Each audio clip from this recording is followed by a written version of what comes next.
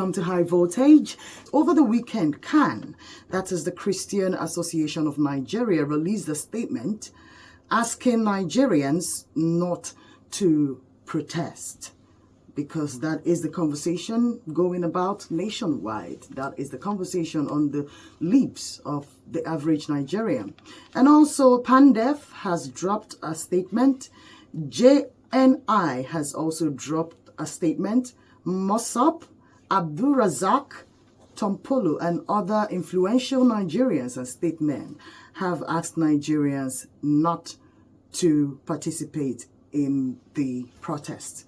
Now, today, we want to consider the role of the religious sector in our politics, because asking Nigerians not to come out to protest, it looks like a conversation that needs to be had, considering that during the campaigns, we get to see our politicians. They come to our churches and they are endorsed in some of our churches. We are encouraged to vote them in other religious sectors.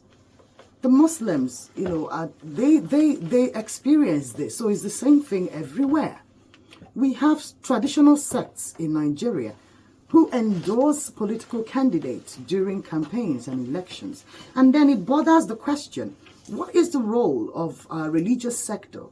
Because if you are asking Nigerians not to say anything, do you have any plans in place for it?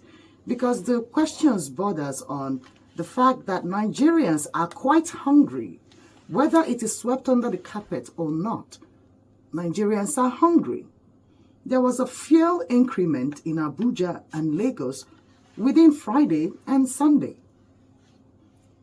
Residents of Jos, Abuja, and Lagos were purchasing petroleum products with between 800 and 850 naira. Now, we have not seen any changes. And Sheikh Gumi has asked Nigerians to pray for our country and to pray for our leaders.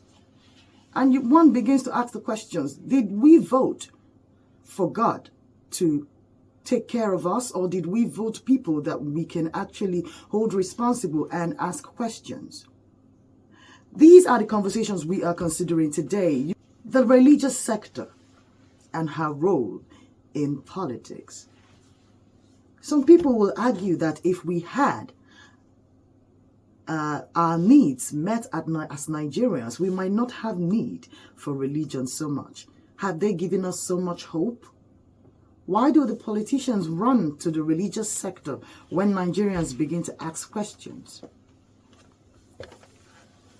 The Iyaloja of Lagos State, our president's daughter Folashade Tinubu, released a statement during her talk with the traders in Lagos, where she told them to hold their kids and make sure that they do not come out to protest against her father, in her own words, and that we do not have the right to ask her father any questions, in her words, until he has at least done 3 years in office. And one begins to ask, are we in a dictatorship? Can't we express our human rights? Because Nigerians are quite hungry. We cannot feed ourselves. The price of food and commodities are not coming down. Instead, they are rising by the day. People are losing hope in the system. There is hopelessness in the system. There is no housing for the people. They cannot transport easily. Transportation is a conundrum in this country right now. So the people who are working to earn a living are basically working so that they can transport themselves to go to work. It's not necessarily because they can solve their problems with what they make. So we are asking the questions. We heard stories and rumors of alleged meetings all over the country during the weekend.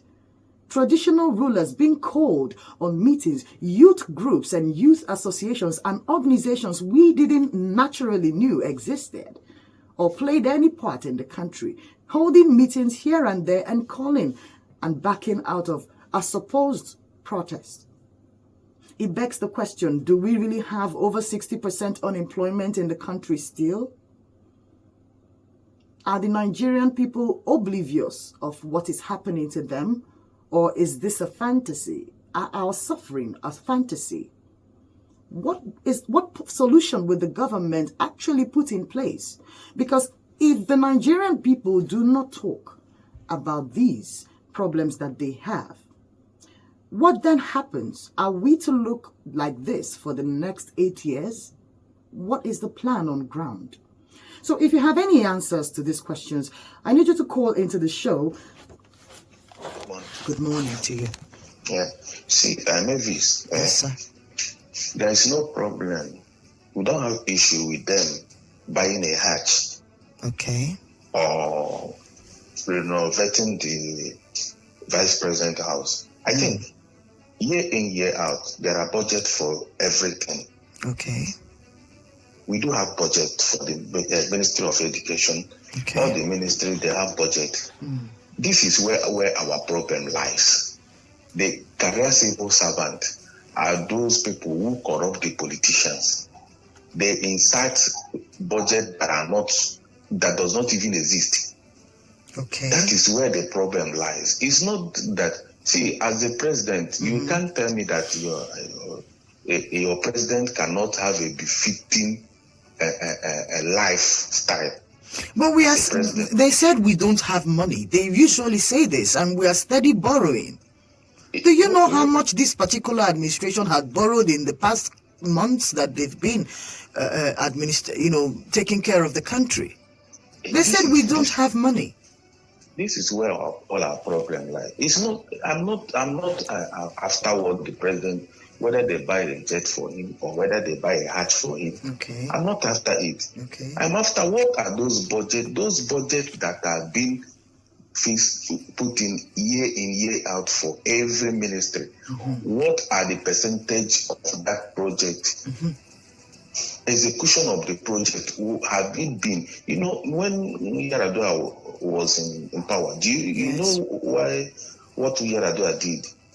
All unspent money, ask them to bring it back, because at the end of the day, they will leave that money. When another budget is ready, all those money, they share it. I don't know if so what do we do? How do we curtail? Corruption is not the issue of not building a house, not doing this for the president. It's not the issue. The issue is corruption. So if we are so corrupt as a people, why are we so religious and so moralistic in all our dealings at first? Why is that? You are talking of the religious. Yes. Because you would think that because of our religious outlook as a nation, that we will have a level of morality standard amongst us as a people. Who are those religious leaders? What is their antecedent? Where are they coming from? All of them are financial merchants. Oh dear. We all knows that each and every one of them are financial merchants. They live by your proceed, what you bring to them. Whether they come with tithe or tax. And for me, it's more of a task, because what you conjure somebody to do is no longer tithe. Tithe should be freely. So they live. No, but I think it's a free thing as well with our religious people. It's a free thing as well. I think they are more even corrupt than the politicians themselves, because they are the ones who ask the politicians to make an offering. Oh yes, they do.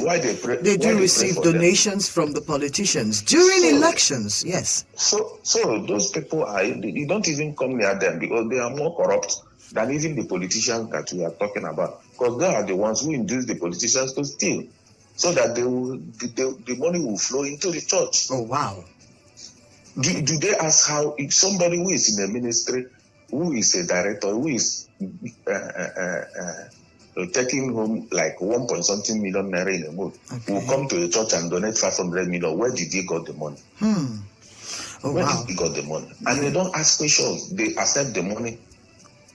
So the problem we have is not in here. Let government put eye into the ministries. Those money that are being kept somewhere, when another budget is read, then those monies are now shared between them. This is where the problem lies.